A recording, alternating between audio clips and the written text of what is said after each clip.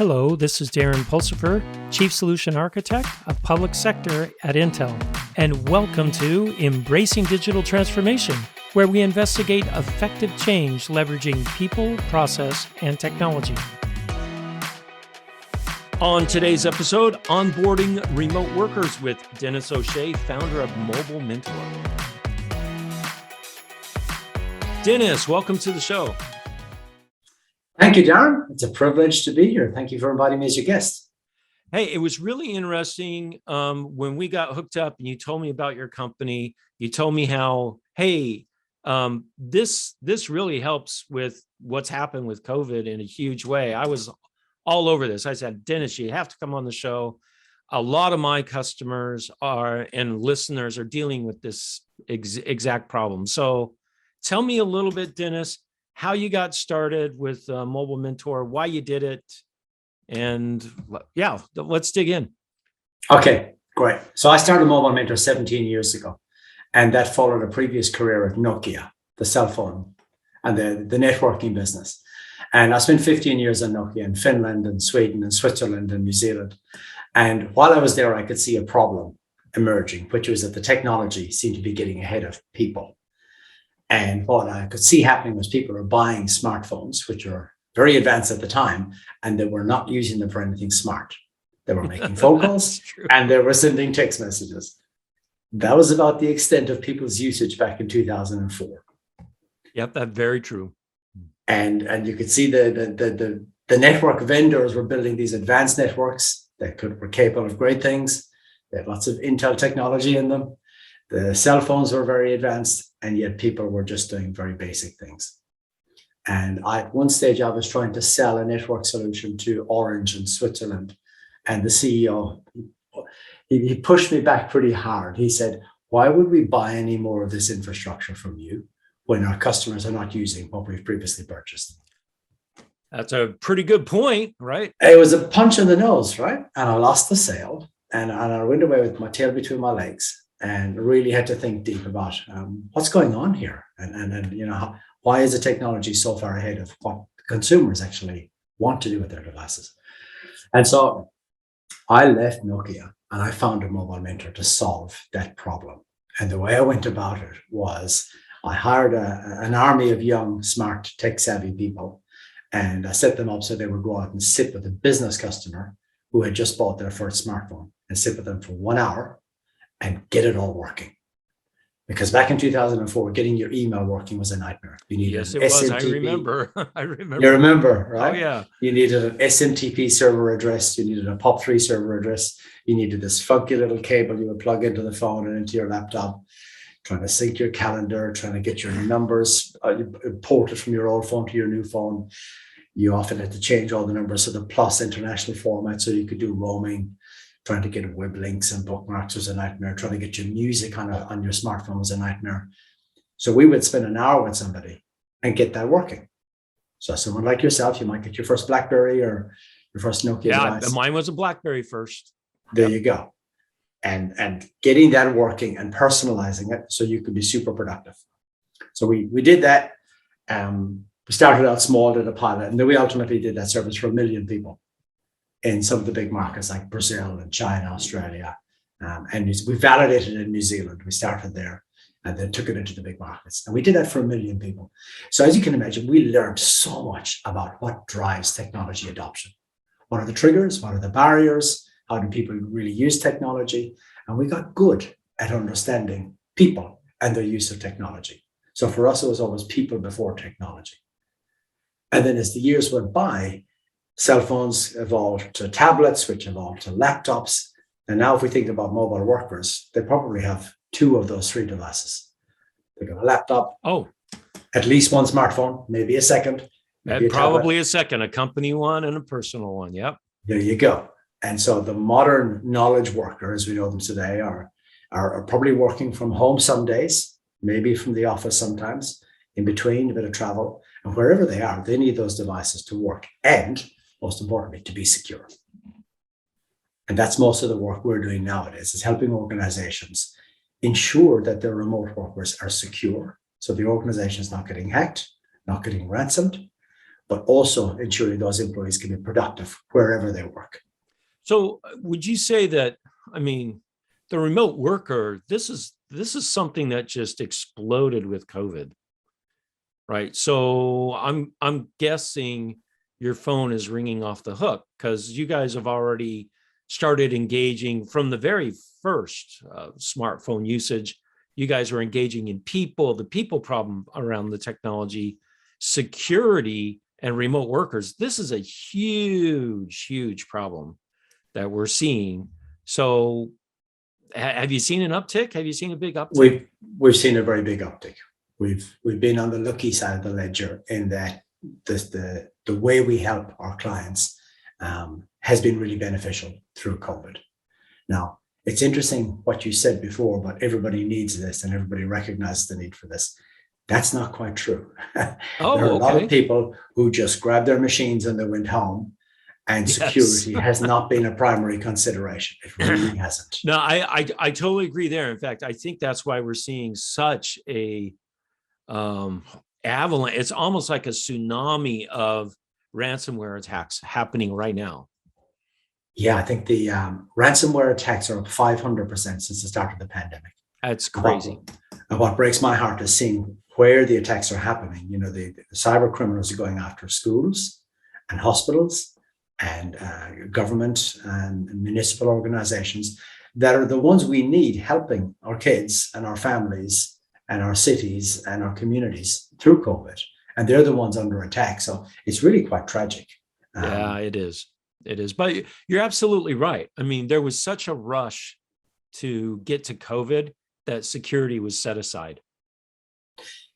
It was forgotten in the first wave, for sure. Yeah. Or very, very temporary band-aids were put in place. And some of them were really clunky, like forcing people to use a VPN to get access to their applications.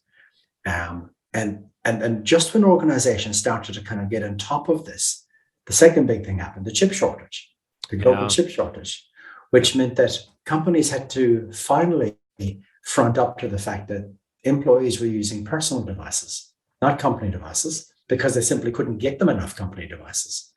And so companies had to embrace BYOD, bring your own device, in a whole new way that previously might have been swept under the rug because it's an inconvenient truth that many companies didn't want to confront.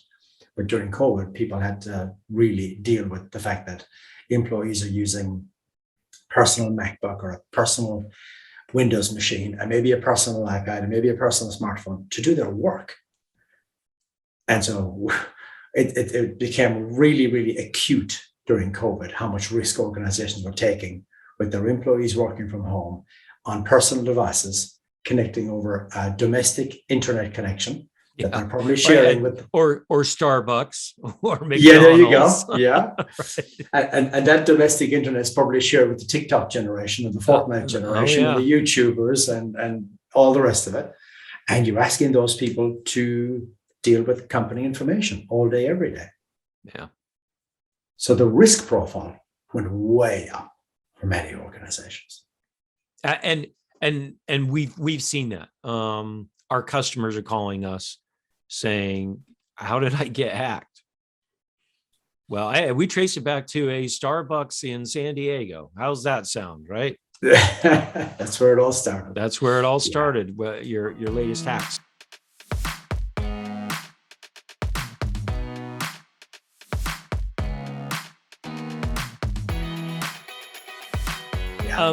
What do you do? I mean, how do you prevent this from happening?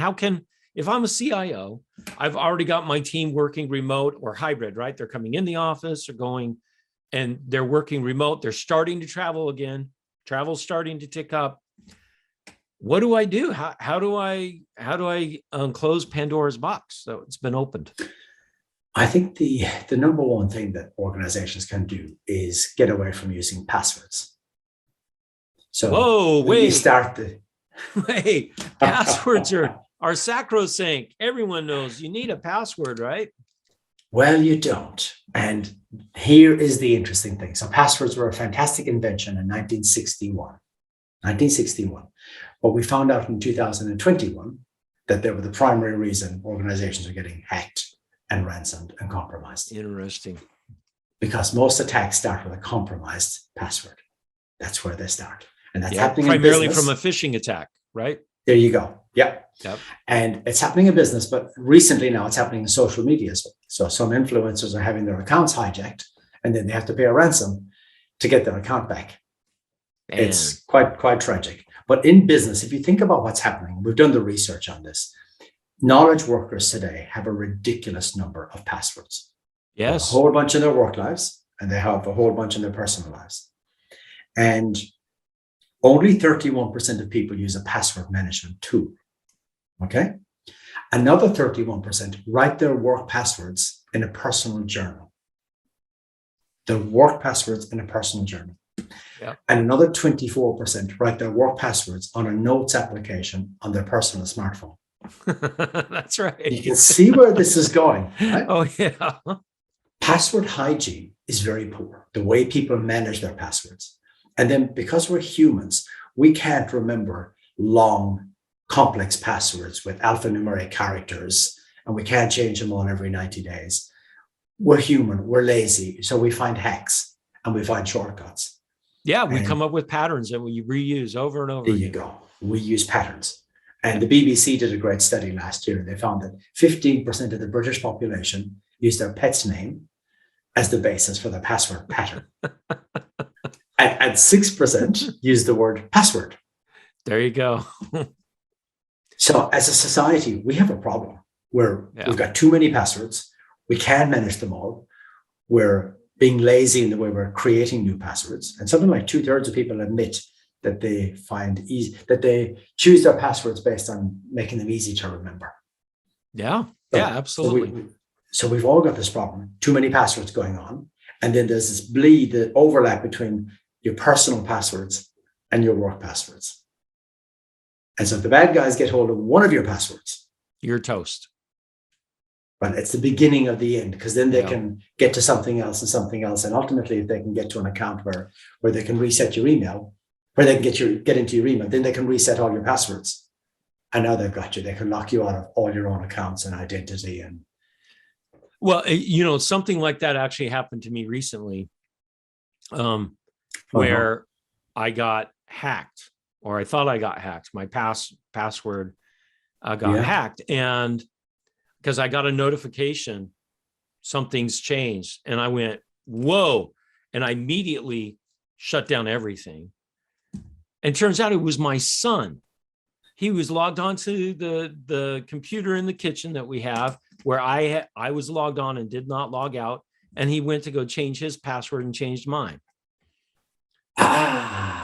So you got a notification that somebody had reset your password. Yeah, someone reset my password. Whoa. So it took me about 30 minutes after I locked everything down to figure out who was on this computer, and my 15-year-old son says, Dad, I changed my password. And I said, no, you didn't. You changed mine. So yeah, passwords, this is a major problem. So what would you do instead? I mean, I also have multi-factor authentication on everything. Good. But can I do just multi-factor authentication with no password? Can I get away from? You can't. No, there's three parts. There's three parts of the puzzle. Okay. And most organizations are probably closer than they think. So the first part is biometrics. So if you think about, if you're an iPhone user, you pick up your phone, it scans your face. It takes about 300,000 readings from your face. And it says, hey, this is Darren. And it logs you in immediately to the operating system. That's the first part, biometrics. And that's now possible on laptops and on all our devices. So embracing biometrics is step one. So let's say you just did that. You're logged on to the operating system of your iPhone. Then all the applications where you have single sign-on, you also get immediate access to the application. So you can open those apps. The same can happen on a laptop. You look at, say, a Windows Surface machine that scans your face, logs you into Windows, then takes you immediately into your Office 365 applications and any third-party apps where you've got that kind of federated identity, you're signed in. Right. So that's a great start. But then you also do need two-factor authentication. And so we think the future will be a combination of biometrics on all our devices, single sign-on for all our modern applications, Still can't do that with some legacy fat client applications. Right. And two-factor authentication everywhere. And the two-factor is getting smarter and smarter, where it's becoming less tedious than entering a 6-digit code. It might just be, touching a number on the screen or clicking, yes, it's me, or something like that. Right. So ultimately, we can reduce the number of passwords and then eventually get away from them. That would be awesome, right? I mean, Yeah. and I've even seen this with like my GitHub account that I have. There's no password anymore, right? It's using two-factor authentication to do that. And now there's authentication keys that are there. I still have to worry about protecting those keys, but I no longer have a password written down. So yeah, I see some of the SaaS offerings are moving in that direction. They are, and modern authentication is really at the forefront. It's top priority for many organizations. So we love to see more and more people go passwordless, and along the way reduce the number of passwords they're using significantly. And if you're an organization that can't get to passwordless authentication yet, and big organizations, there are many impediments. There's legacy identity infrastructure, legacy applications. They might have old devices that don't have biometrics. They don't have the infrared camera. They don't have an encryption chip. Then my advice is always to get a password management tool in the interim, where you've got one super strong password. It can be like a phrase, and that is the password to get into the vault. And then all your websites, all your applications, all your accounts are in that vault. Gotcha. Yeah, and that makes sense. Yeah. Right. Much better than writing the passwords in a personal journal.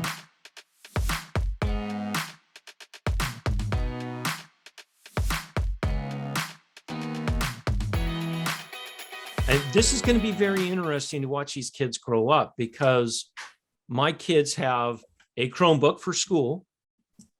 And then they've got their accounts that I've set up for them on Google, and also we just moved to Microsoft. So now they're all in, Office 365, and those passwords are different and the authentications are different, and they're memorizing these passwords, and they're starting to come up using these patterns, right? So yeah, and there's no way the schools are going to coordinate and do single sign-on with personal accounts that they have. No. And they're all getting jobs too, right? So they have this password problem themselves. It's a big problem for teenagers and young adults.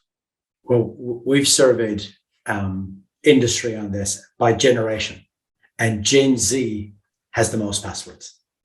I bet. So early 20s, the people, primarily the kids who joined the workforce during the pandemic.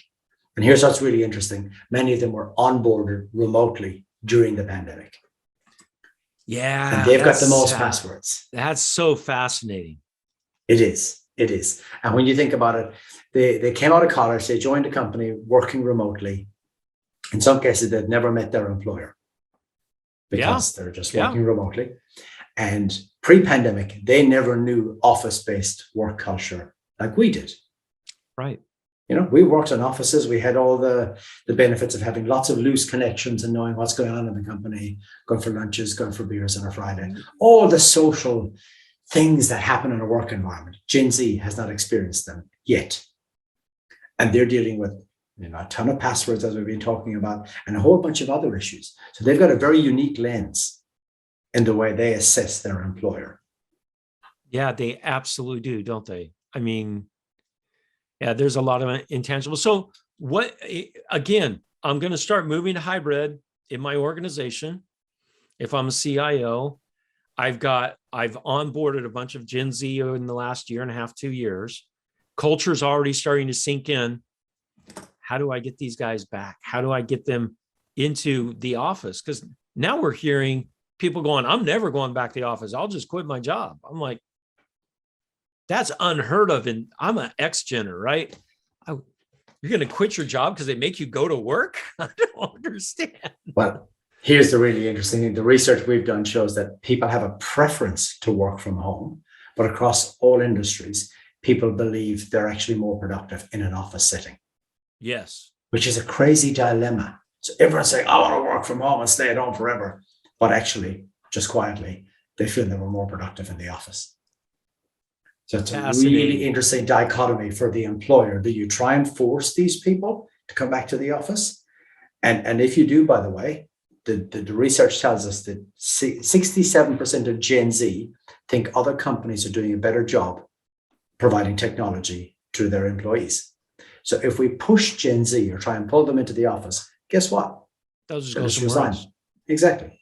And that's part of what's happening with the Great Resignation. Choice. People have so much choice. And changing a job nowadays doesn't mean changing your commute or anything.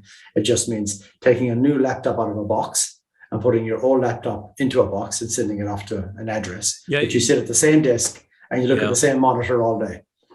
So do you think the technology that's provided to employees matters then? I mean, is that a big deal for a lot of employees then? The technology matters for sure. The technology experience matters more. I like that. So what we found through the research was that it takes on average 3 days to get a laptop fully configured for a remote worker. 3 days. It's only 2 days for an office-based worker. And for a remote worker, they need to raise 3 service desk tickets to get it all sorted. So their experience is clunky and it's painful. And they don't like the stigma of having to raise IT tickets and ask for help. Yeah, I'm a problem maker. I can't figure this out on my own. Right. Yeah. All the stigma that goes with it. I get that. Yeah. So, I mean, how do you fix that problem? The best way to fix that problem is to simplify the process in the first place. And we're big fans of zero-touch provisioning, which is the process of getting the technology configured so you can drop ship devices to a remote employee. It could be a laptop, tablet, and a smartphone. The employee unboxes the device. Nobody else has touched it beforehand. And they sign in with their work credentials, and the device auto-configures or self-configures and downloads your applications, installs your files and folders that you need for your job. Takes about 15, 20 minutes, but then you've got everything you need. And when that's purposefully set up for remote workers, it works really well. And that zero-touch provisioning works for Windows, MacBooks, iPads, iPhones, Androids. That's the way to do it well. And everything's working in about an hour. So, I mean, that sounds great. In reality, there's a lot of work that goes in up front to make that happen, right? There is.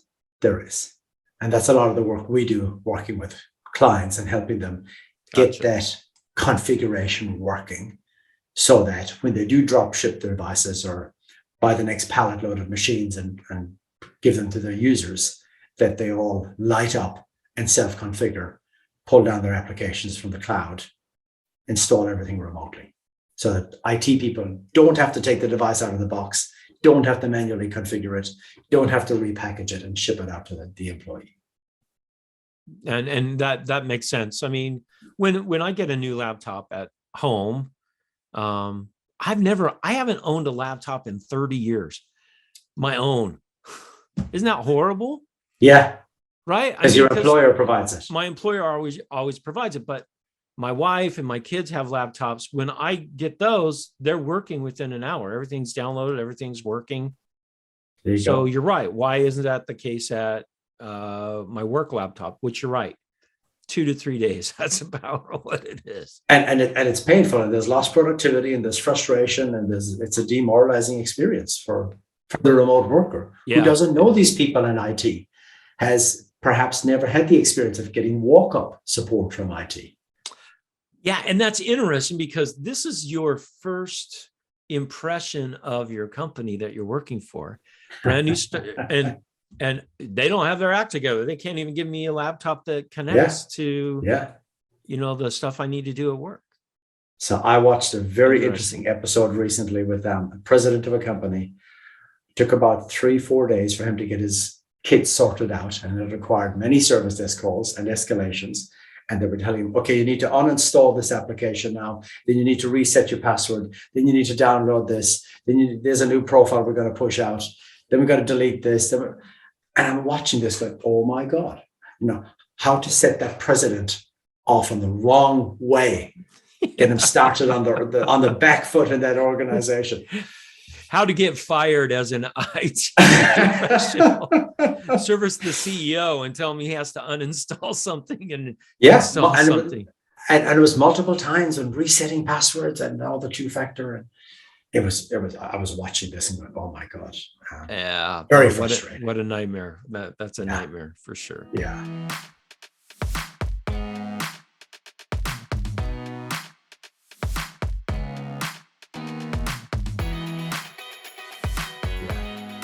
So what advice do you have for a CIO on how to get started with this? These are great ideas, right? Password management or getting rid of passwords, creating profiles so I can quickly, turn things up. What other advice do you have for a CIO that's trying to navigate this new world that we live in? I think CIOs are going to learn a huge amount by studying two particular cohorts in their organization. One is Gen Z. They're an interesting bunch. They bring different attitudes, different perceptions, in particular around security and privacy. And their behaviors are different in the workplace. And I don't think any CIO is going to change the attitudes and perceptions of that generation. And that generation are now flooding into the workforce. And, in summertime, there's going to be a whole bunch more that will graduate and join the workforce.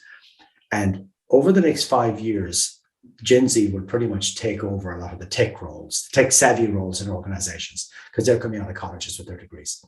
So I think CIOs and organizations will learn a lot by watching and listening and observing and learning from Gen Z, because eventually they will be the bosses. They will be running the show. And understanding what they value, what they prioritize, because it's different to us. So Gen Z sees personal privacy as that's their primary lens in an organization. It's not security. They're almost 4-1. So 4-1, Gen Z people would prioritize their personal privacy over company security. I find that fascinating because Gen Z's all over the place sharing stuff on social media that you're not supposed to share, right? You're right. So it's almost like this weird dichotomy, right? I mean, they're like, my personal privacy is extremely important. And I have Gen Z kids. I do. I got 2 graduating next month. And their personal privacy is all about that. But they're posting things on TikTok and Instagram. And I'm like, whoa, this doesn't make sense. It's really hard for us to understand. It's really hard. But the data is crystal clear. When we ask them, how often do you see a security policy at work? They will tell us, and through all the surveys, they hardly ever see one. How often do you see security awareness training? They're kind of invisible to it. But then when we ask them, how often do you see a privacy policy at work? Oh, yes. All the time. They've noticed those. And so they're hyper aware. They're hyper aware to privacy policies and training, any mention of privacy in the workplace. And they're completely blind to corporate security initiatives. So my advice to CIOs is learn from that and position privacy and security as 2 sides of the same coin. And when you're providing security awareness training or articulating policies or explaining changes, frame it under the umbrella of privacy. Interesting. I like that. We want to protect your privacy as an employee. Your data is sacrosanct, and your colleagues' data is precious. We want to protect all your data. And likewise, by extension, our patients' data, student data, citizen data, client data. It's all about protecting your data. And I believe if CIOs frame it under the umbrella of privacy and position privacy and security as 2 sides of the same coin, they will get Gen Z on board. I actually really like that. That's brilliant. All right. So that was one. You said there were that two was one. things. The second is remote workers. And they're a fascinating lot too, or we are a fascinating lot because right, we are part of that cohort. And all the research we've done shows that shadow IT is being driven and accelerated by remote workers. So remote workers in their home office, 1,000 miles away from headquarters and an IT team that they've never met, are finding applications and storage mechanisms and ways of communicating and collaborating that their companies don't know about. And there's two big things going on. Amazing blurring of the lines between personal and work. So we always knew that people were using personal devices for work. It was BYOD. Now we know that people are taking their work devices and using them for personal stuff. And you won't believe this, but 46% of people let their family members play with their work devices. That's what they're told. I can see that. I can see that. You can see that. Yeah. And then almost half of people told us that they find their company's security policies to be too restrictive. And about a third have said they've already found ways to work around their security policies. And almost 2/3 told us they actually find that they're more efficient when they can use consumer-grade apps like Gmail and Dropbox. So if you're a CIO, my advice would be engage remote workers in any future product decisions you're making. Bring them into the tent, because they're the ones who will pressure test your collaboration tools, your storage tools, your applications, your authentication process faster and harder than anyone who's based in an office. And if they're part of the decision-making process. So I truly believe CIOs will learn and adapt fastest by involving Gen Z in crafting policies and communication, involving remote workers in selecting the next generation of products and services that people use. Great advice. And I think you're right. This is this black swan moment that we had with COVID has culturally shifted so fast that I think a lot of CIOs are, I don't know what to do. And I think you hit it on the nose. Move forward. You've got to engage your remote workers. And I love the Gen Z. It's going to be fun watching these kids, come up into high tech. It's going to be fascinating. It's fascinating. And we just have to respect the fact that they're different. They're the only generation alive that cannot remember 9/11. 9/11 profoundly changed everyone's mindset on the globe, except Gen Z. Yeah, because they were alive, but they were too young to remember. So they had not been mentally disturbed like the rest of us by that event and the series of events. They were just playing, and they've come into the workforce with a different worldview and different expectations. Yeah, very, very, very true. Well, hey, Denis, this has been great talking to you. Very insightful stuff. If people want to learn more about Mobile Mentor and what you guys do, where do they find out more information? You can go to mobile-mentor.com. That's mobile-mentor.com. That's our company. And we help organizations get that right balance between security and productivity, specifically for remote workers. That's what our company can do. But if you want to know about the research we did, we've got a separate website where we're sharing all the research free. Oh, great. With the world to educate and inform. And that's called the endpointecosystem.com. endpointecosystem.com. Okay. What that research did was we were seeking to understand what's going on in the home office environment of all these remote workers, because they've got all these devices that are running applications and they're signing in and they're managing their passwords, and then they need support every now and again. What's it like? What's a day in the life of a remote office worker? So a remote worker like, and that study went deep into that endpoint ecosystem. And we're sharing that because we just want to help educate and inform the world on what's going on and what they can learn from it, and help avoid the next wave of cyber attacks and try and avoid people resigning and leaving their organizations in frustration. Right. So this is great information. Anyone that's listening, go ahead and go to our website, embracingdigital.org. You'll find the links to the study. Great information, Denis. Thank you so much. Thank you, Darren. Such a privilege to be on your show. I really appreciate it.